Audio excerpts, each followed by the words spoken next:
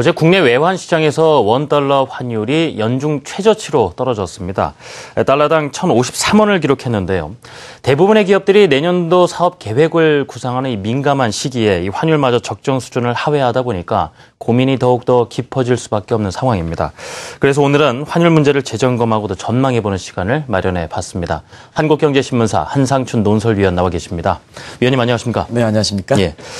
국내 외환 시장에서 원달러 환율이요. 연중 최저치를 다시 썼습니다. 장중에는 1,052원까지도 내려가기도 했었는데요. 먼저 대내외 외환 시장 전반적인 움직임 어떤 상황입니까?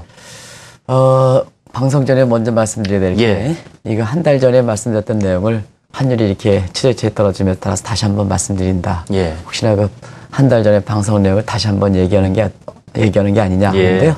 그 말씀을 좀 드리겠습니다. 또 앞으로도 또 이런 변동이 있을 때마다 또 말씀드릴 수밖에 없는 부분입니다. 환율이 워낙 관심이니까요. 지금 말씀대로 한 달 이후에 그나마 말씀드렸던 그 한 달 정도 이렇게 본다면 미국의 그 달러 가치는 통화별로 뭐 차별화를 보이고 있다. 일률적이다 아니다. 뭐 예전에는 미 달러가 강세, 미 달러가 약세 이렇게 있지 않습니까? 여기 이제 지금은 통화별로 혼조세를 보이고 있다 이렇게 보시면 되는데요. 그 혼조 양상을 좀 보이겠습니다. 지금 이제 박준하 PD께서 원달러 환율 말씀을 드렸습니다는 자막에 나오고 있습니다는 국제 외환 시장에서 N달러 환율은 오늘 그 새벽에 끝내서 103엔대 진입했죠. 이거는 미 달러가 엔화에 대해서 강세를 보이는 현상을 나타내죠. 근데 달러 유로 환율 같은 경우에는 지금 유로당 1.37달러대. 요거는 유로에 대비해서 달러가 약세를 보이는 이런 그 현상이 되겠죠. 그리고 어제 그 위안화 환율 같은 경우에는 마침내 달러당 6.0 위안대까지 떨어지고 있습니다. 환율이 떨어졌다는 것은 그만큼 위안화에 대비해서 미 달러가 약세를 보이는 현상이다 이렇게 부입됐습니다. 그리고 원달러 환율 좀 지금 말씀해 주셨습니다는 어제 국내 외환 시장에서 1,053원 기록해서 이것도 미 달러에 대해서 원화가 강세, 원화에 대해서는 미 달러 약세 이렇게 보이는데요.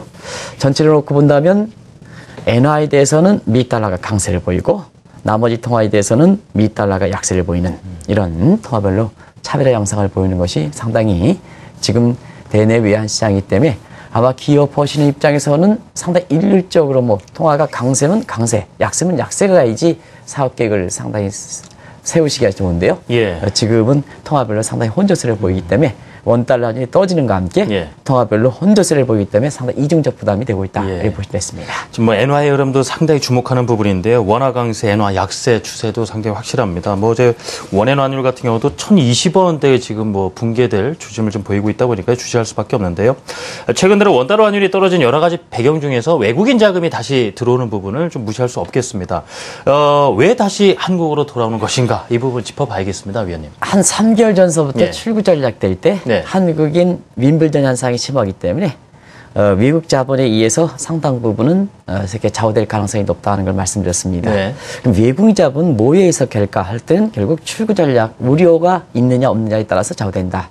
그러다 본다면 지난 그 3개월 전서부터 국내 그 외환 시장과 증시를 한번 보면 출구 전략 우려가 완화가 되면 외국 자본 유입되고 주가는 2,000선을 위로 올라가고 그다음에 원달러 환율은 떨어지는 원화가 강세되는 이런 현상을 보이죠.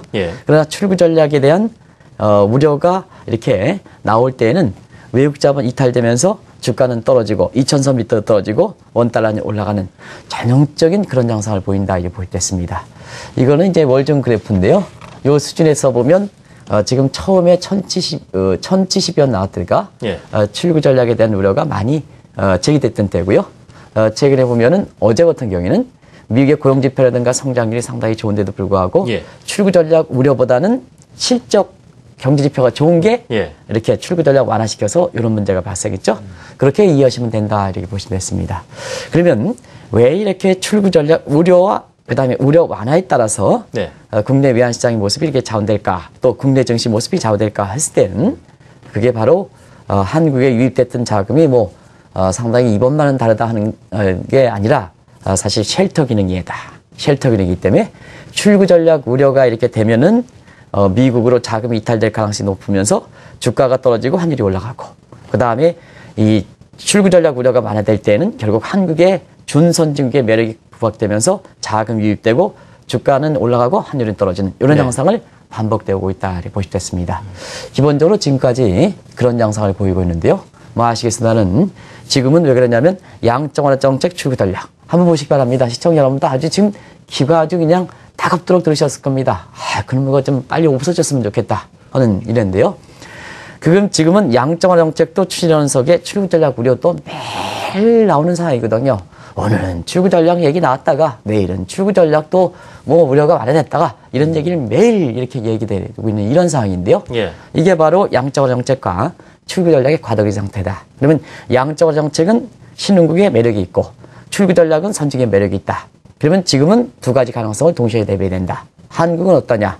한국은 경제 화대의 측면에서는 선진국, 그 다음에 경제 사업대의 측면에서는 신흥국. 그래서 예. 선진국과 신흥국의 동시에 매력이 있다 보니까 양적 완화 정책과 출구 전략을 동시에 대비할 수 있는 쉘터로서 아주 적합한 기능이고 그 자금이 들어왔을 때는 사실 출구 전략 우려가 될 때는 예. 환율이 올라가고 주가 떨어지고 출구 전략 완화가 됐을 때는 외국 자본 들어오면서 주가 예. 올라가고 환율이 떨어지는 이런 양상이 지금 반복되고 있다 하는 걸 말씀드립니다. 예.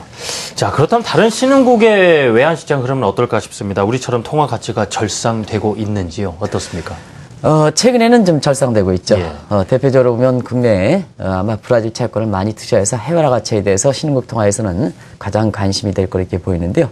해외화 가치 보시면 되겠다 이렇게 보겠습니다. 그래서 신흥국도 최근에 출구 전략에 대한 우려가 좀 다소 완화가 되고 설령 출구 전략이 우려가 되게 된다 해도 러닝 바이 두닝 때문에 굉장히 내성을 가져가는 이런 상황이거든요. 그러다 보니까 외국 자본이 다시 유입돼서 한때 굉장히 신흥국의 통화 가치가 폭락했던 국가의 통화도 지금 많이 회복되는 이런 상황이다 이렇게 보겠습니다. 신흥국별로 지금은 신흥국이랑 똑같이 신흥국이 아닙니다. 외화의 캐시플로우가 전부 다른 상태거든요. 외화의 건전한 국가, 중립적인 국가, 그 다음에 가장 불건전한 국가 이런 국가인데요. 그래서 통화치별로 이렇게 어디에 속해 있느냐에 따라서 다소 다른 양상을 보이긴 합니다는 대체로 보면 최근에 보면 출구 전략 우려가 좀 제넷 앨런이 들어오고 나서부터 다소 완화됨에 따라서 신흥국 통화가치가 외화 불건전 국가라 하더라도 통화가치가 폭락하는 이런 사태는 지금 발생하지 않고 있다 이렇게 볼 수 있습니다. 예. 자, 그렇다면은 이 국내 통화 가치가 절상되고 있는 상황에서 우리 경제 사실 좀 탄탄하게 유지를 해줘야 강세도 큰 부담이 없을 텐데 말이죠. 각 예측 기관별로 우리 경제에 대해서 전망이 많이 좀 엇갈린다, 차이가 난다라는 상황 아니겠습니까? 네, 예. 상당히 차이가 나죠. 예. 왜 그러냐면 사실 한국 경제 입장에서는 내년에 좀 주가가 증권사들이 낙관적으로 이렇게 보기 때문에 예. 그걸 백업하기 위해서 우리 성장률 좀 높은 쪽만 이렇게 인용하는 것 같습니다.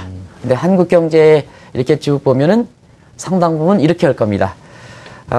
대체로 보면 우리 정부라든가 관련 기관은 높게 보는 거고 또 우리 정부라든가 한국은행 수치가 들어가서 국제적으로 발표하는 기관은 높게 나오는 거고 예. 자체적으로 한국에 투자하는 이런 때는 낮게 나오는 거고 이렇게 보시면 되겠습니다. 그런 각도에서 여기 나오고 있습니다는 우리 정부는 3.9%, 또 KDI라든가 한국은행도 3.8%, 민간 연구소는 조금 낮춰서 3.5%, 인베스트뱅크라든가 이런 데는 3% 밑 이렇게 해서 이 성장률 격차가 내년에 뭐 성장률 수준이 중요한 게 아니라 성장률 격차가 네. 가장 낮은 예측치와 가장 높은 수치 간에 1%포인트 이상 갭이 난다는 얘기입니다. 3% 밑과 3.9%. 그렇습니다. 예. 이것이 그만큼 한국 경제 입장에선 보는 시각이 다르다.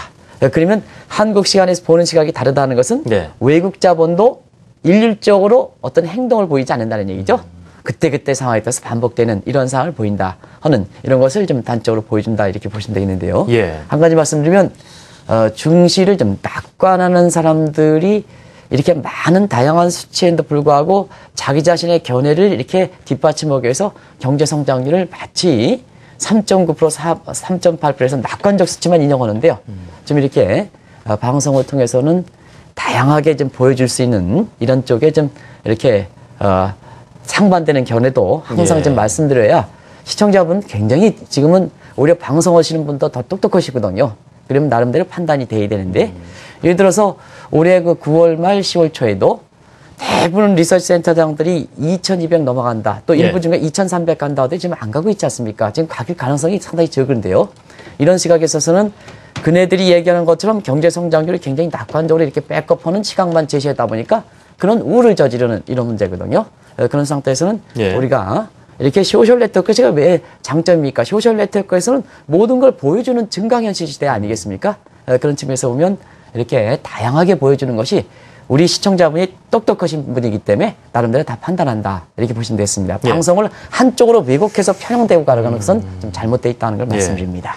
자, 경제 전망이 이렇게 엇갈린 상황에서 결국은 우리의 기초 여건이 받쳐지지 못할 경우에는 지금 들어오고 있는 외국인 자금 사실 부담스러울 수밖에 없는 것 아니겠습니까? 네. 예. 상당히 이 대목은 좀 우리가 염두에 둘 필요가 있습니다. 왜냐하면 국내 원화 표시 채권 자금은 지금 자금이 많이 빠져나가고 있습니다. 그죠?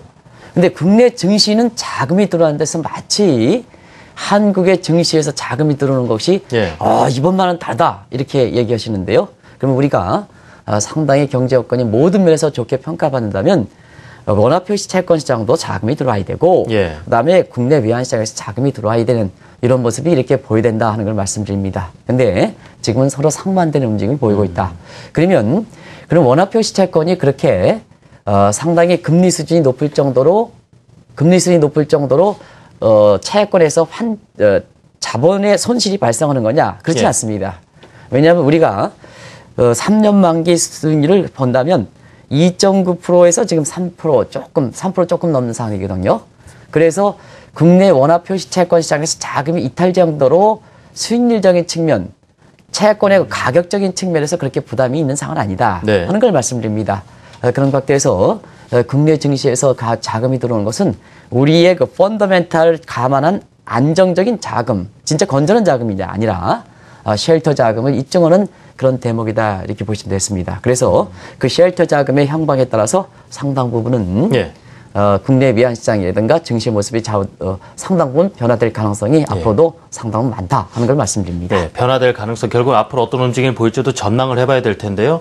지금 출구 전략, 양적 완화를 축소한다는 부분이 이제 점점 가시화되고 있지 않습니까? 그렇습니다. 그렇다면 외국인 자금 이탈 부분도 충분히 고려를 해야 되는 상황인데요. 원달러 환율에 대한 전망 어떤 식으로 나오고 있는지요? 우리 박 PD께서 좀 이렇게 자막을 빨리 보여줬으면 좋겠습니다. 지금 여기 이제 나오고 있는데요. 자, 한번 보시기 바랍니다. 지금 원달러이 참고적으로 어제 1,053원입니다.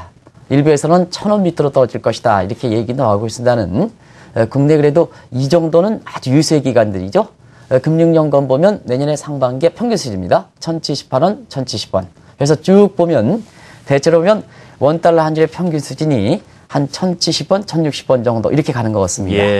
이렇게 본다면 이 기관들은 지금은 외국 자본의 쉘터 때문에 자금이 들어와서 원달러 환율이 1,050원대로 내려가지만 내년에 평균 수준의 1,060원, 1,070원을 본다는 것은 출구 전략이 추진할 때 자금이 따라서 지금 진행자님 말씀하신 대로 자금에 따라서 환율이 올라갈 가능성도 염두에 두고 있다 이렇게 보시겠습니다. 우리가 보면 이런 기관들의 수치가 반드시 맞는 것은 아닙니다는 어떤 기조로 보고 있느냐 하는 것을 기업인들이 염두에 두실 필요가 있다 하는 걸 말씀드리거든요.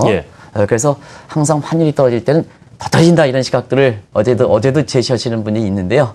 항상 환율은 1년 동안 이렇게 다 가기 때문에 그때그때 변동이 된다 하는 것을 말씀드립니다. 더더구나 한국 자본의 자금이 지금 들어온 것이 쉘터 자금의 성격을 갖고 있기 때문에 정처 없이 흐르는 거다. 그럼 정처 없이 이렇게 흐르는 자금들이 어떤 방향성을 결정될 때는 그 모습에 따라서 외환시장 모습이 상당히 달라질 가능성이 있다는 걸 말씀드립니다. 결국 위원님 말씀도 그렇고 예측기관들의 환율 전망치도 보면 내년에는 환율 변동성이 클 것이다. 이런 부분은 이제 열어놓고 감안해놓고 이제 전망을 한 것으로 보이는데요. 이럴 때 경제 주체들이 과연 어떻게 대처를 해야 될 것인가? 서두에도 말씀드렸듯이 지금 내년 계획을 구상해야 되는 기업들 입장에서 제일 고민이 크지 않겠습니까? 네, 아주 그 중요한 이렇게 지적을 해주셨는데요. 어제 아침에도 이렇게 기업에 가서 아마 그 기업의 그 회장님이라든가 이런 분을 만났을 때 출구 전략 그게 그렇게 중요하지만 이렇게 출구 전략에 따라서 국내 그 금융시장이 전적으로 흔들리는 모습을 기업이 이렇게 당해야 되느냐 하면 그런 부분이 왔다 갔다 하면 나름대로 중간에서 국내 외환 당국이 조정할 수가 있으면 한국의 국내 금융시장에 미치는 영향을 좀 차단할 수 있고 그 속에서 한국 기업들이 이렇게 경영할 때는 좀 안정적으로 갈 수 있지 않느냐. 추진하지 않았던 것을 우려가 됐다 하면은 환율이 올라가고 우려가 안 된다 하면 환율이 떨어지고 이걸 고스란히 노출시켜야 되느냐 하는 것은 굉장히 우리들한테 저도 외환에 25년 우리나라에서 가장 오랫동안 담당하는 입장에서 보면 어제 상당히 많은 거 이렇게 좀 이렇게 느끼는 점이 있었을 걸로 보이는데요. 그렇다 본다면 출구 전략 우려에 따라서 이 국내 그 금융시장이 흔들리는 것을 좀 완충시키기 위해서는 외국 자본의 유출 문제, 이 문제가 좀 이렇게 완충시킬 필요가 있다는 얘기입니다. 그런 차에서는 뭐 한국경제TV를 통해서 벌써 1년 전서부터 계속해서 나왔던 외국 자본 들어오면 퍼내라 하는 소위 영구적 불쾌한 개입 있잖아요. 그 PSI 이런 분을 좀 빨리 검토해주면 뭐 쓸데없이 왔다 갔다 이렇게 쓸데로 놓겠으면 이렇게 해서 국내 기업들이 당하는 것을 이런 문제를 좀 정리할 필요가 있지 않냐 생각하고요. 또 한 가지는 경상수지가 마냥 좋은 게 큰 것이 좋은 게 아닙니다. 우리 여건에 맞게끔 경상수지 흑자를 관리할 필요가 있거든요. 자, 한번 보시기 바랍니다. 2010년대에는 한국의 국제수지 불균형 차에서 GDP의 4% 이상 되는 국가를 좀 막아야 된다. 하는데 그게 지금 2년 만에 우리가 발목이 잡히고 있습니다. 국제사회에서. 그래서 그때 당시에는 우리가 영원히 경상수지가 흑자가 4% 이상 넘어가지 않을 것이다 이렇게 봤습니다는 그게 발목이 잡고 있는 상황이거든요. 그래서 우리 여건에 맞게끔 경상수지는 관리해 줘야 된다. 그래야지 쓸데없이 기업들이 이렇게 피해를 미치는 상황은 이렇게 줄어들 수 있다는 걸 말씀드리고요.